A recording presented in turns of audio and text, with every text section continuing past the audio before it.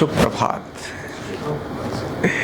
कल हमने बात की थी कि जल तत्व अगर अपमानित उसको करते हैं तो कितना बड़ा परिणाम देता है। आज बात करते हैं कि अग्नि तत्व भी अगर हम उसका अपमान करते हैं तो अग्नि तत्व हमारे कैसे विध्वंस मचाता है। शरीर में और प्रकृति में अग्नि तत्व है कहाँ, कौन कौन सी ऐसी हम चूक करते हैं, गलतियां करते हैं जिनके कारण अग्नि तत्व विकृत करता है।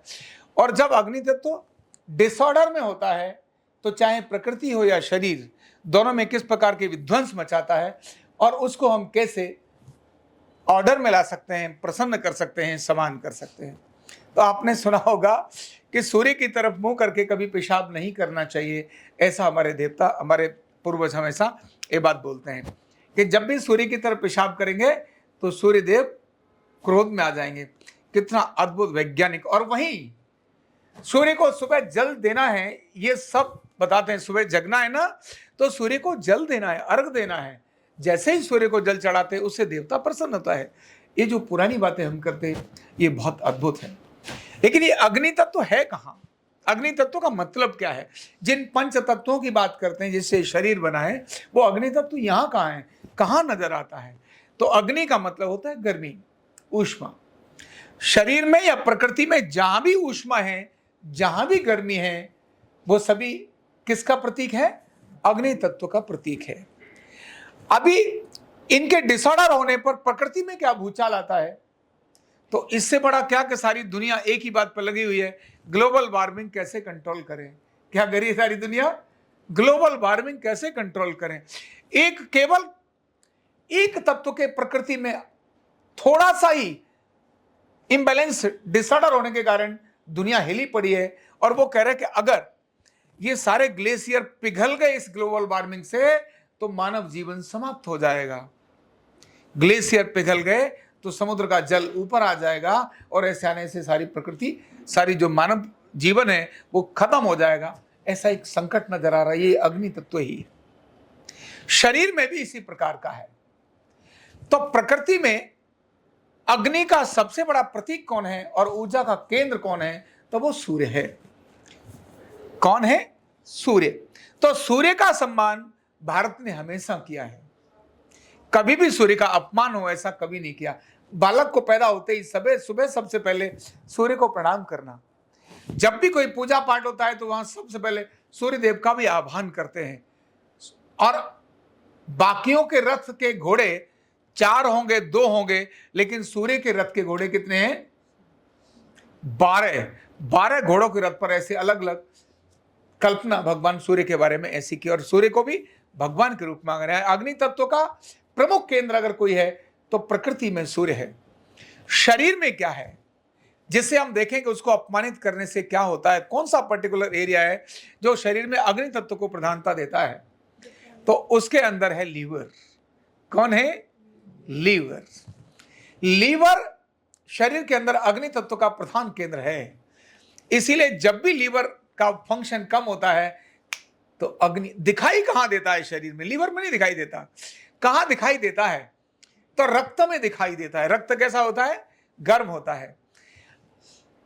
जठराग्नि, अग्नि जिसको बोलते हैं, वो जठराग्नि के रूप में दिखाई देता है। अग्नि मतलब कुछ खाने को नहीं मिला तो बस चाहिए चाहिए। बालक जो पैदा होता है ना और रोता है तो इसीलिए नहीं रोता मम्मी मम्मी मम्मी मम्मी कहाँ है मम्मी, कहाँ भेज दिया, कहाँ भेज दिया, ये नहीं कहता है। वो कहता है खिलाओ खिलाओ खिलाओ, भूख भूख ऐसी रोता है। और अगर वो दूध पिला दो सब बता देंगे, बड़ी बूढ़ी नहीं कोई बता देगा, अरे बालक रो रहा है दूध क्यों नहीं पिलाया यहाँ। और साल भर का बालक होता है तो वही दूध और रोटी से भागता है, अरे नहीं खिलाओ नहीं खिलाओ। क्योंकि ओवर ईटिंग भी अग्नि को खत्म करती है। ध्यान रखना, ओवर ईटिंग खत्म करती है। तो लीवर है। और दूसरा शरीर में बड़ा केंद्र है, वो है आंख, नेत्र। इसलिए तो नेत्र ज्योति, क्या बोलते हैं? नेत्र ज्योति। तो शरीर में जहां उपस्थित दिखाई देता है वो है जठराग्नि, रक्त।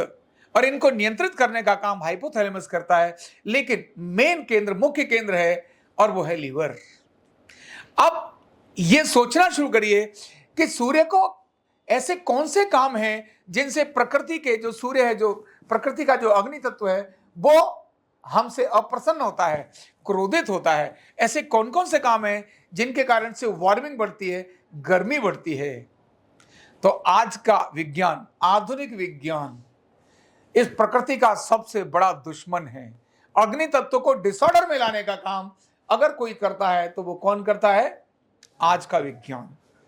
आज के विज्ञान ने एयर कंडीशन बनाया, एयर कंडीशन में पीछे खड़े हो जाओ, आप थोड़ी देर रह नहीं सकते, इतनी तेज गर्मी वहां से पैदा होती है। आज के विज्ञान ने जहाज बनाए, एरोप्लेन बनाए, उनके द्वारा जो ध्वनि निकलती है वह ध्वनि प्रकृति के अंदर डिसऑर्डर पैदा करती है, घर्षण पैदा करती है, अनावश्यक गर्मियां पैदा करती है। आज के विज्ञान ने जो भी चीजें बनाई, प्लास्टिक को जिस प्रकार से बनाया, जब उसको हम जलाते हैं वह भी प्रकृति, अग्नि तत्व वो नाराज होता है। यानी प्लास्टिक का अधिक प्रयोग ये प्रकृति के अग्नि तत्व को नाराज करने का काम करता है। और ये इतना ही नहीं, ये जैसे बिजली, हम जितनी बिजली घरों में जलाते हैं, जब भी हम बिजली के मतलब कहते हैं ना, घर में जब भी बाहर जाओ लाइट बंद करो, क्यों? आप प्रयोग तो कर रहे हो, लेकिन उसका सदुपयोग करिए, दुरुपयोग मत करिए। प्रकृति में जो भी चीज है, जब भी आप उसका दुरुपयोग करेंगे वह तत्व बिगड़ जाएगा, वही उसका अपमान है। तो घर से बाहर आप जाते हैं, अगर जरूरत नहीं है तो पंखे मत चलाओ, जरूरत नहीं है तो बिजली मत चलाओ। अगर आप जरूरत नहीं है फिर भी चला रहे हैं, इसका मतलब है आप प्रकृति के अग्नि तत्व का क्या कर रहे हैं? अपमान कर रहे हैं। अधिक लाइटें जलाना, लाइटें जली छोड़ देना, पंखे जली छोड़ देना, एयर कंडीशन अनावश्यक प्रयोग में रखना, ऐसी जितनी भी चीजें जो विद्युत से चलती हैं, जब इनका हम सही प्रयोग नहीं करते, दुरुपयोग करते हैं, तो अग्नि तत्व नाराज हो जाता है। नंबर 1। नंबर 2, मोबाइल का उपयोग। नेत्र ज्योति को लेके जाने वाले सबसे खतरनाक अगर चीजें हैं तो मोबाइल और टेलीविजन है। ये नेत्र ज्योति को लेकर जाते हैं। उपयोग करना चाहिए, लेकिन जब भी इनका अधिक उपयोग करेंगे, अग्नि तत्व आपसे अप्रसन्न हो जाएगा और आपको नुकसान का कारण बनेगा। आपकी नेत्र ज्योति भी लेकर जाएगा और आपके दिमाग को भी लेकर जाएगा, ध्यान रखना। और तीसरी महत्व की बात है लीवर। आखिर लीवर को ऐसा कौन सा तत्व है जो लीवर को सबसे अधिक बेड़ा गर्क करता है? तो उसके अंदर है एल्कोहल। क्या है? एल्कोहल का अधिक प्रयोग करने से लीवर खराब होता है। पेस्टिसाइड्स के अधिक प्रयोग करने से लीवर खराब होता है। जितने भी सिंथेटिक कलर्स हैं, केमिकल्स हैं, उनके अधिक प्रयोग करने से लीवर खराब होता है। मतलब जब भी हम इनका प्रयोग कर रहे हैं, इसका मतलब है अग्नि तत्व से हम क्या कर रहे हैं? उसका अपमान कर रहे हैं। करिए प्रयोग, औषधि के रूप में एल्कोहल भी जरूरी है। आज की तकनीकी के आज के समय अगर आपको चलना है, दुनिया के साथ चलना है, तो मोबाइल का उपयोग भी जरूरी है, लैपटॉप का उपयोग भी जरूरी है, एयर कंडीशन का उपयोग भी अपमान तो है, ये तो अपमान है। लेकिन आज की स्थिति में अगर मैं आपको बोलूंगा अपमान छोड़ दो, तो आप कहेंगे भाई जंगल में जाना है क्या? आपको जाना है, लेकिन उसका दुरुपयोग मत करिए। जब भी आप दुरुपयोग करेंगे, देवता नाराज होना शुरू हो जाएगा। और ऐसे ही तीसरा, जठराग्नि, अग्नि का सम्मान करिए। फूड को तब खाइए जब उसकी जरूरत हो। आपको बिना समय खाना और खाने के ऊपर खाना, न खाने वाली चीजें खाना, खाने वाली चीजें न खाना, ये सभी भी जठराग्नि का क्या है? अपमान है, अग्नि तत्व का अपमान है। आपने जितने सारे प्रोडक्ट खाते हैं, बाहर पैक्ड फूड खाते हैं, जब देखो चाउमीन आ रहा है, अरे आपने चाउमीन खाइए, कभी खाइए, मोमोज खाइए, कभी खाइए, जितने भी जंक फूड, फास्ट फूड है खाइए, कभी कभी खाइए। ये आपकी जठराग्नि का बेड़ा गर्क कर देते हैं। तो ऐसे तत्व, सुबह सुबह की उठकर चाय पीना, इससे भी अग्नि तत्व क्या होता है? नाराज होता है। अग्नि तत्व को प्रसन्न कैसे करें? तो अग्नि तत्व को प्रसन्न करने का तरीका एक ही है। ये जितनी सारी चीजें हैं, इनको ऑर्डर में लेकर आओ। जितना बहुत आवश्यक है उतना प्रयोग करिए, लेकिन इसके अलावा दूसरा क्या प्रयोग करें जिससे अग्नि तत्व प्रसन्न रहे? तो सबसे अच्छा है हवन करना, यज्ञ करना। यज्ञ करने से आपके अपने आंतरिक शरीर की जो गर्मी है, आपके शरीर का जो अग्नि तत्व है, वह बैलेंस होना शुरू होता है। तो क्या है? यज्ञ करना। फिर है दीपक जलाना। घर के अंदर दीपक जलाने से, दीप दर्शन करने से, दीप को नमन करने से, दीपक के ऊपर ऐसे हाथ को लेकर के ऐसे करने से, ये भी आपके शरीर के अग्नि तत्व को क्या करते हैं? बैलेंस करते हैं। और इसी प्रकार है सूर्य को प्रणाम करना। नित्य प्रति आप जल चढ़ाएं सूर्य को प्रातःकाल तो बहुत अच्छा है। मान लो आप जल्दी निकल गए, तब तक सूर्य को जल चढ़ाने का क्रम मिला ही नहीं, कोई बात नहीं, जैसे ही सूर्य उदय होते हैं आप प्रणाम करिए। सूर्य उदय होने के बाद आप अगर देर से जगते हैं तो बहुत खतरनाक होता है। एक छोटी सी बात इसमें बताता हूं कि जब भगवान श्री राम उनको वनवास दे दिया और वनवास के लिए वो अयोध्या से चले गए और भरत उनको लेने के लिए जब जा रहे हैं और लक्ष्मण को यह पता चलता है कि भरत तो आक्रमण करने के लिए आ रहे हैं, तो उनको धनुष लेकर के तैयार होते हैं। उन्होंने कहा नहीं, मैं वहीं मार दूंगा। बहुत क्रोध करते हैं वो। तब राम कहते हैं नहीं नहीं भाई, ऐसा मत करो, आने दो। और जब भरत दौड़कर आते हैं और पैरों में पड़ जाते हैं, रोने लगते हैं, बिलखने लगते हैं, लक्ष्मण को तब अपने ऊपर ग्लानि आती है, अरे ये मैंने क्या किया, मैंने तो तुम्हारे बारे में तुमको मारने की सोची। और जब भरत को उन्होंने ये प्रणाम करते हुए और अपनी क्षमा मांगते हुए जब भरत को इस बात को पूछा, कहा कि मेरे मन में आपके प्रति ऐसा आया, तो भरत ने जो बात बोली वो हमारे लिए बहुत बड़ा एक संदेश है।